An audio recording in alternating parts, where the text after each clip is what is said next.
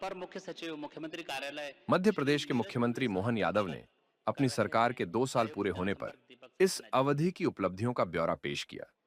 इसके लिए राजधानी भोपाल में प्रेस वार्ता का आयोजन किया गया, जिसमें उन्होंने सभी विकास कार्यों को गिनाया।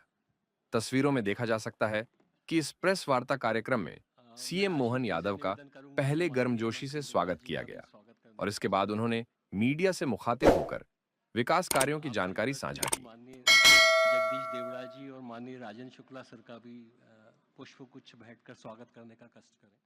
सरकार के गठन के साथ जो जो काम किए गए हैं, विभाग भी बहुत सारे हैं, योजनाएं भी बहुत सारी है और बहुत सारी योजनाओं में बहुत सारे क्षेत्रों में काम करने का प्रयास भी किया गया। लेकिन काम को करते करते ये बात भी सही है कि समय 2 साल का लगा, लेकिन ये काम भी इतना बड़ा रहता है कि 2 साल भी बहुत, अगर हम पीछे देखो तो बहुत लगते हैं, आगे देखो तो बहुत कम लगते हैं। तो ये इसीलिए हमने एक इसी के साथ पिछले मतलब इसी महीने से 2 साल की समीक्षा बीते कामों की और 3 साल के टारगेट विभागवार इस दिशा में काम करना प्रारंभ किया था और वो सिलसिला चल भी रहा, काफ़ी हद तक हो भी गया है।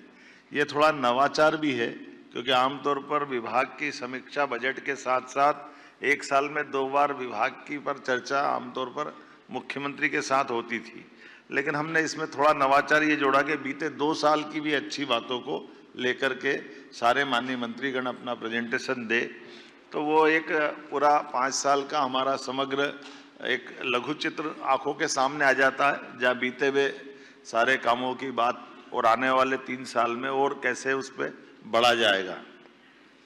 और उसी सिलसिले से जोड़ करके ये विकास और सेवा के 2 वर्ष, यद्यपि यह बात सही है कि यशस्वी प्रधानमंत्री नरेंद्र मोदी जी के शासनकाल में पूरे देश की कार्यपद्धति, काम करने के तरीके, टारगेट, केंद्र का समर्थन और आज तो और जोरदार चीज आ गई है, वैश्विक परिस्थितियां भी आज के समय में भारत के साथ एक अलग प्रकार से जुड़ रही है और ये जो वर्तमान का दौर चल रहा है उसका तुरंत असर ऊपर नीचे आने का भी पूरा बना हुआ है।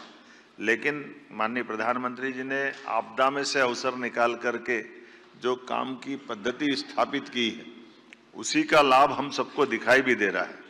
अब मैं अपनी बात को कहाँ से शुरू करूं? हम अपने बीते कल की बात से ही बात आगे बढ़ा लेते हैं। तो ये हम सब देखते हैं कि मध्य प्रदेश के अंदर जो लॉ एंड ऑर्डर को लेकर के सबसे बड़ी प्रॉब्लम थी, हम सब देखते हैं 85 के बाद 87, 88 से छोटे छोटे दलम बन करके नक्सलाइट अपना अपना टेरिटरी बनाने लगे और उस टेरिटरी के बीच में से ये नया अनुभव आया था, हम कभी सोचते नहीं थे। आदिवासी अंचल भूला भाला हमारा छत्तीसगढ़ का बेल्ट या मंडला बालाघाट डिंडोरी तक के इस बेल्ट में कभी पहला तो संयुक्त मध्य प्रदेश था, 90 के बाद वो दौर बदला और 2002-3 तक आते आते 2 राज्यों में बदल गया। लेकिन घटनाएं घटने लगी और उसमें क्या क्या हुआ ये दोहराना नहीं चाहूँगा, कल की प्रेस कॉन्फ्रेंस में मैंने बोल दिया उन सारी बातों को।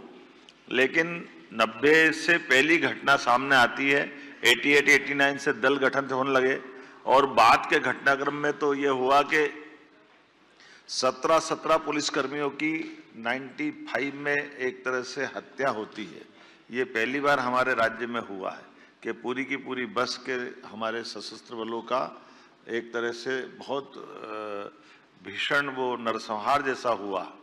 बाद में तो उसका परिणति ये भी हुई कि चुने हुए मंत्री के अपने घर से राज्य के मंत्री को बुला बाहर निकाल करके थाने के पास कुल्हाड़ी से हत्या कर दे।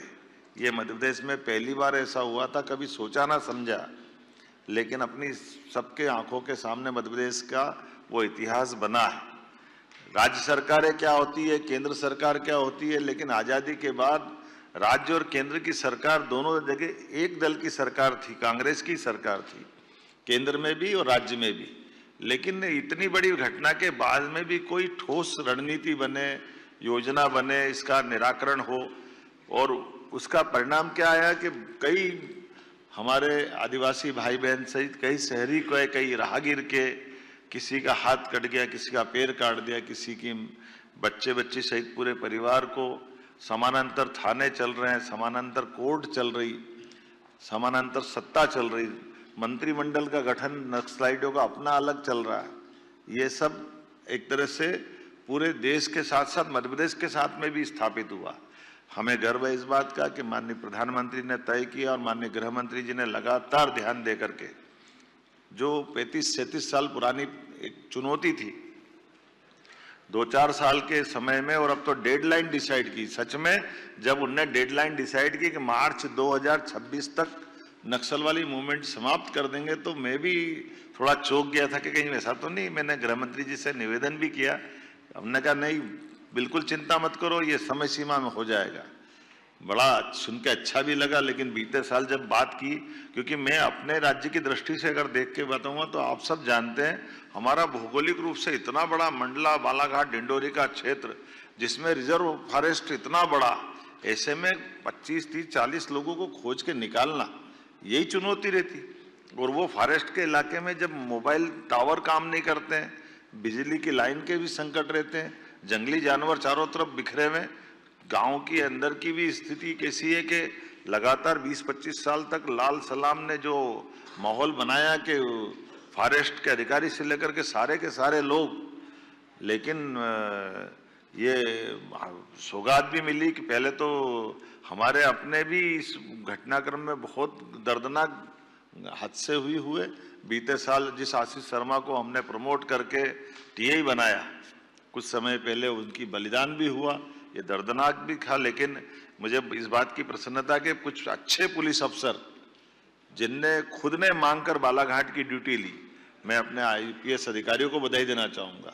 आमतौर पर आईएएस आईपीएस पे कई बार सुविधा की और तमाम प्रकार की बातें आती हैं, लेकिन यहाँ के अपने इस राज्य के बहादुर अफसरों ने पोस्टिंग मांग के लिए और टारगेट लिया कि हाँ हम ये करके देंगे। आईजी संजय भी ऐसे घूम रहा जैसे जवान, मोटरसाइकिल से लेकर के लंबे समय तक ये आईपीएस अधिकारी ऐसे काम करे, ये हम सबके लिए गर्व की बात है। और जब समेकित रूप से काम करते हैं तो उसका रिजल्ट भी आता है कि आज वो इतने बड़ी भयंकर चुनौती थी।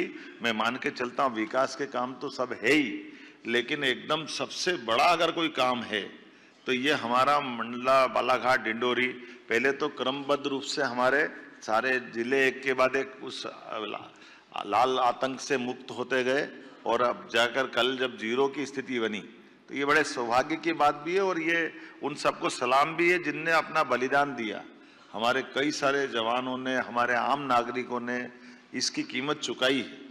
इसलिए हमने कहा कि एक साल के अंदर 10 दुर्दांत आतंकवादियों के समान नक्सलाइटों को हमने ढेर किया मैदान में, और ये संदेश दिया कि आप अगर लड़ना चाहते हो तो हमारा पुलिस फोर्स आपसे निपटने में सक्षम है, और अगर आप सरेंडर करोगे तो पुनर्वास पॉलिसी में हम आपके लिए वो व्यवस्था कर सकते हैं। और ये दोनों नीतियों का कारगर रूप बना के हमारे लिए कुछ हमने जब मोबाइल फोन उनके टेप सुने थे तो आखिरी में तो ऐसी स्थिति बनी थी कि दलों के अंदर इस बात की होड़ लगी कि पहले सरेंडर कौन कर रहा है। और हमने आखिरी परिणाम देखा कि 42 दिन में 42 सरेंडर हुए और 10 नक्सलाइटों को ढेर किया। तो ये एक बहुत बड़ी चुनौती थी पुलिस के लिए और प्रशासन के लिए। अब ये अलग बात है कि अब हम वापस उस बालाघाट, मंडला, डिंडोरी के अंदर जिन भी कारणों से ये पनपा फैला था, हम उसको अंदर से उस तरह के तंत्र को भी मजबूत करें कि दोबारा ये सांप अपना फन नहीं फैला सके। मैं माननीय प्रधानमंत्री को धन्यवाद देना चाहूँगा, माननीय गृह मंत्री जी को भी, जिन्होंने हमारे मोबाइल नेटवर्क के टावर और तमाम प्रकार के इलेक्ट्रॉनिक संसाधन अच्छे से अच्छे कैसे स्थापित कर सकते हैं उसकी मदद भी की, उसका भी बड़ा लाभ मिला।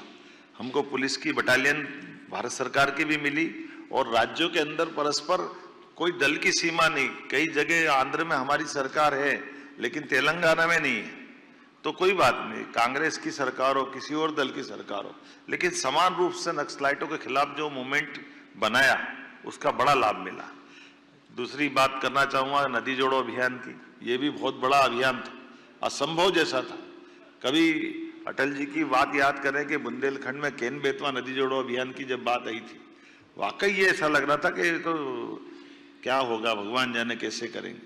लेकिन केन बेतवा नदी जोड़ों का जो लाभ मिला बहुत तेज गति से, और अब तो रोज नए नए जिले जुड़ रहे हैं। नहीं तो हम इधर कभी सोचते नहीं थे कि भोपाल, इंदौर, उज्जैन ये तो नर्मदा जी से ही जुड़ गए थे, लेकिन ये पर्वती कालीसिंध चंबल का कैचमेंट एरिया है। इधर नीमच, मंदसौर, चंबल तो वर्षों से थी, गांधी सागर डैम भी वर्षों से था, लेकिन नीमच मंदसौर में सिंचाई का रकबा का माननीय गृह मंत्री जी मौजूद है। हमारा पानी, हमारी नदी, हमारा कार्यक्षेत्र, लेकिन पीकेसी योजना से अब लाभ पूरा लेंगे। ये पीकेसी ने तो और एक नया दौर लिखा। माननीय प्रधानमंत्री जी ने जयपुर के अंदर भाषण में जिसको कोड किया श्रीमान नरेंद्र मोदी जी के शब्दों में, कि आज का ये जो पीकेसी पार्वती कालीसिंध चंबल योजना का शुभारंभ ये नए युग की सूत्रपात है। जब दो राज्यों के बीच सालों से झगड़े चलते हैं हाई कोर्ट, सुप्रीम कोर्ट में, और कई बार तो हिंसक घटनाएं हुई दक्षिण के राज्यों में, लेकिन परस्पर सौहार्दता के बलबूते पर राजस्थान में भी पानी पहुंचेगा, मध्य प्रदेश भी पानी लेगा, और हमारे इस क्षेत्र के अंदर पीने के पानी की, सिंचाई की, उद्योगों की रचनाओं को पानी के माध्यम से डेवलपमेंट करने की पूरी फ्रीडम मिल रही है। तो ये नदी जोड़ो अभियान और एक सिलसिला चालू होता तो फिर कहाँ तक रुकता है। कितना अच्छा लगता है कि केवल राजस्थान नहीं, केवल उत्तर प्रदेश नहीं, महाराष्ट्र के साथ जोड़कर भी ताप्ती का पूरा ये एक नया प्रकार का वाटर रिचार्ज का पूरा प्रोजेक्ट बनाया, और 70,000 करोड़ ये सारे चीजों में भारत सरकार 10% केवल राज्यों के लिए लगाने की बात कर रही, 90% अदरवाइज अगर इतने बड़े प्रोजेक्ट हम कैसे खड़ा करेंगे। 1 लाख करोड़ की पीकेसी योजना तो 90,000 करोड़ भारत सरकार दे रही, 70,000 करोड़ की पार्वती कालीसिंध चंबल योजना, ऐसे 70,000 करोड़ की हमारी ताप्ती के साथ योजना बनी, जो हमारा बुरहानपुर के बाद खंडवा, खरगोन के हिस्से से होते हुए इस पूरे नए वाटर रिचार्ज का पूरा एक नया प्रकार का बेसाल्ट हमारा पूरा काम आएगा।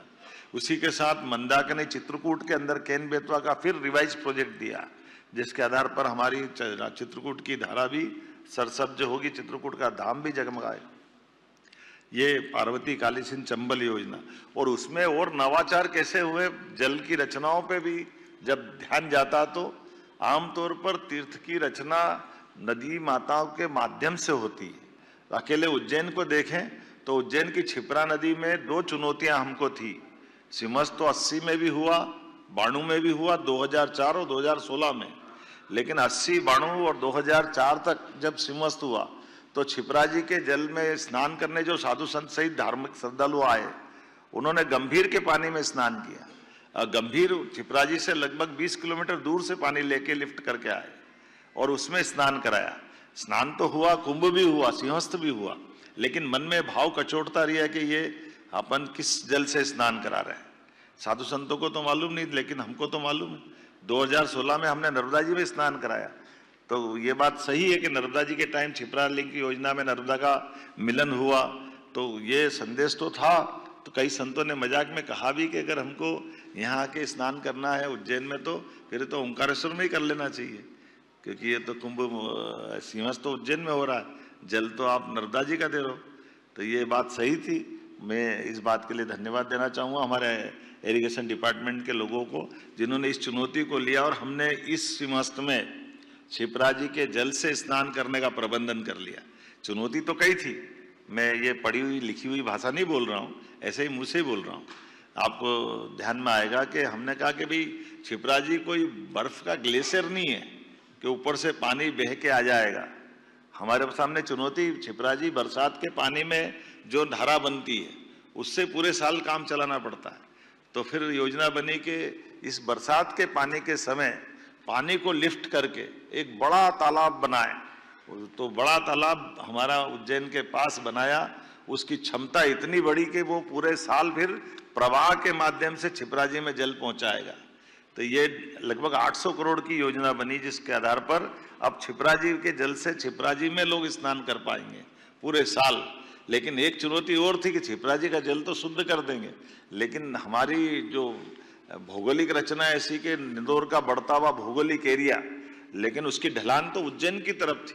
तो नर्मदा जी का पानी हो या छिपरा जी का हो या गंभीर का हो, वो सब हमारा, जिसको हम खान भी कहते हैं, कान भी कहते हैं, उस नदी के माध्यम से पूरा गंदा पानी इंदौर का, सीवर का पानी उज्जैन आ जाता है। तो ऐसे में चुनौती ये थी कि वो पानी को शुद्ध कैसे रखें। तो इस बार ये भी एक अच्छा प्रयोग मिला कि जब हम बड़ी नदियों को राज्य के बाहर भी जोड़ने का अगर हम बड़ा एक रिकॉर्ड बना रहे हैं, जब यूपी के साथ केन बेतवा का बना रहे हैं, पार्वती काली सिंध चंबल के साथ राजस्थान का, या ताप्ती के साथ महाराष्ट्र का, तो एक राज्य के अंदर भी 2 नदी जोड़ो अभियान चलना चाहिए। तो एक राज्य के अंदर गंभीर और खान नदी को जोड़ने का प्रोजेक्ट बना, जिसके कारण से उज्जैन से लगभग 15 किलोमीटर दूर पानी को शिफ्ट करके डाउन स्ट्रीम में गंभीर की, ऊपर गंभीर का डैम बनेगा, नीचे गंभीर का पानी सूखी नदी में जाएगा, तो वहां सिंचाई करके लोग उस पानी का किसान उपयोग करेंगे और ये गंदा पानी मिलने से छिपरा जी का रुकेगा। ये प्रोजेक्ट भी इसी के माध्यम से, मौका पड़ेगा तो पत्रकार साथियों आपको ले चल के दिखाएंगे कि अंडर डक्ट बन करके 50 किलोमीटर नीचे बड़ा ट्रक अंदर से चला जाए, इतनी बड़ी टनल बनाना, उस टनल में नदी की धारा, ऊपर लोग खेती कर रहे हैं, किसानी कर रहे हैं, ऊपर खेती नॉर्मल चल रही है, लेकिन नदी की धारा नीचे जा रही है।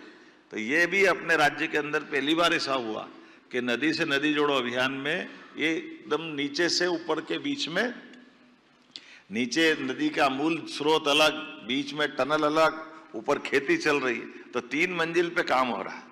ये अपना एक नया प्रयोग, लेकिन इस पे भी हमारी सरकार ने काम किया है। ऐसे एक नहीं कई प्रयोग हमने और किए। उदाहरण के लिए आपने सबने देखा होगा, यही भोपाल में GIS नहीं होती थी, रीजनल इंडस्ट्री कॉन्क्लेव नहीं होती थी।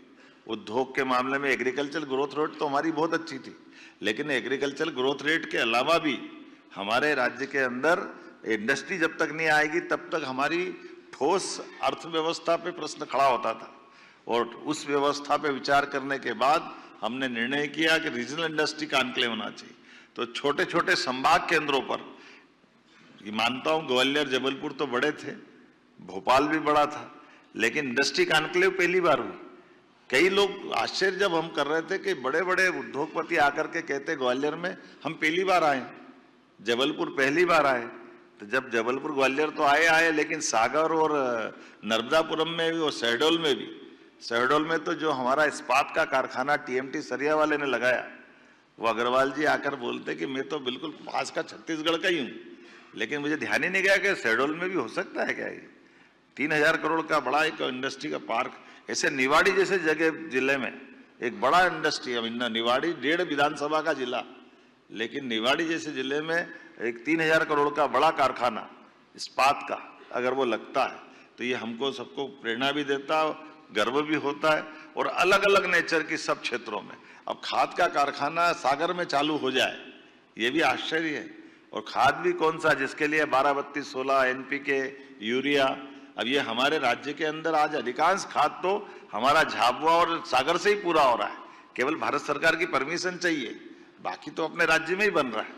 अब ये भी एक थोड़ा नया और चुनौती वाला भी है कि केवल रसिया पे डिपेंड नहीं है, हम तो हमारे राज्य में बना रहे हैं और हमारे राज्य के अंदर उद्योगपति उसको दे भी रहे।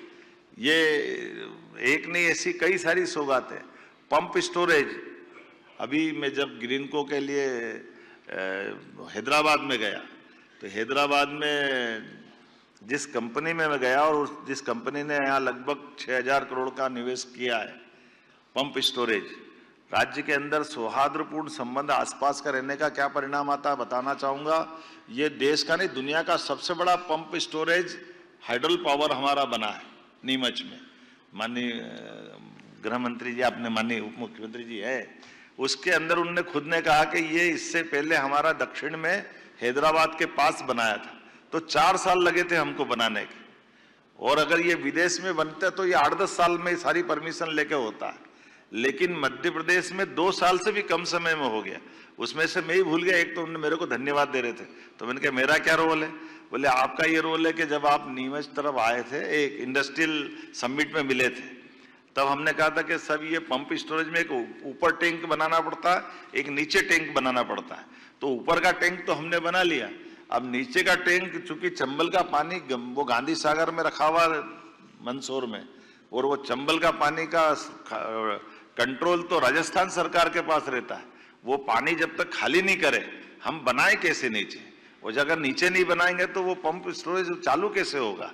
तो मेरे से निवेदन किया, मैंने वहीं से फोन लगा दिया माननीय मुख्यमंत्री भजन लाल जी को कि जरा ये चंबल का हमारा एक प्रोजेक्ट बिगड़ रहा है, आप अगर पानी कम कर दोगे तो हमारा काम हो जाएगा। मुझे इस बात के लिए आनंद भी आया कि उन्होंने कहा भैया जब आप पीकेसी जैसी योजना के लिए 20 साल से राजस्थान मध्य प्रदेश के झगड़े खत्म करके आप हमको पानी दोगे तो ये मदद क्यों नहीं करेंगे आपकी? उन्होंने कहा चंबल में हम पानी कोटा में रोक लेंगे और आपका ये पानी का उपयोग आप कर लो, हम पानी कम कर देते हैं। उनने 15 दिन के अंदर पानी कम कर दिया और इसका फर्क ये पड़ा कि जो प्रोजेक्ट 4 साल में पूरा आने वाला था वो 2 साल में पूरा हो गया। तो ये कम से कम सरकार की व्यवस्थाओं में सजगता के साथ दूरदेशी व्यवस्थाओं के आधार पर जोड़ने का कई सारी बातें मैं कर सकता हूं आपके बीच में से। ऐसी बहुत सारी बातें हैं, जैसे पीएम मित्र पार्क, ये 7 पार्क हमारे भारत सरकार के माध्यम से सालों पहले मिले थे, जिसके आधार पर कपास तो हमारे यहाँ होता है, लेकिन कोयम्बटूर जब गया तो उन्होंने कहा कपास, बोले आपके यहाँ से आता मध्य प्रदेश से। अब हमारा कॉटन धागा भी वो बनाए, कपड़ा भी वो बनाए, कपड़े को रेडीमेड गारमेंट्स बना करके वो दुनिया भर में निर्यात करे, माल तो हमारा। तो हमने कहा ये हमारा कॉटन, हमारे यहाँ क्यों धागा नहीं बन रहा? तो उन्होंने बताया आपके यहाँ पहले चलती थी बहुत सारी इंडस्ट्रियां, मिल इंडस्ट्रियां, इंदौर, उज्जैन, रतलाम, ग्वालियर, धीरे धीरे टेक्नोलॉजी पुरानी हो गई तो बनना ही बंद हो गई। हमने कहा नहीं, ये तो हम वापस से भी बनाएंगे। तो पीएम मित्र पार्क, माननीय प्रधानमंत्री जी को धन्यवाद कि अपने जन्म दिवस के अवसर पर 7 पीएम मित्र पार्क में सबसे पहले हमारा पीएम मित्र पार्क का उनने न केवल भूमि पूजन किया बल्कि उसी दिन हमने भूमि आवंटन भी कर दिया। केवल इतना ही नहीं, अभी मैं आपसे आ रहा था तो आते आते भंडारी मेडिकल कॉलेज वालों का फोन आया। उनने कहा कि आपकी वो 2 साल की उपलब्धि, तो मैं कल विज्ञापन छापूंगा, आप बता देना। मैंने कहा आपकी क्या बात?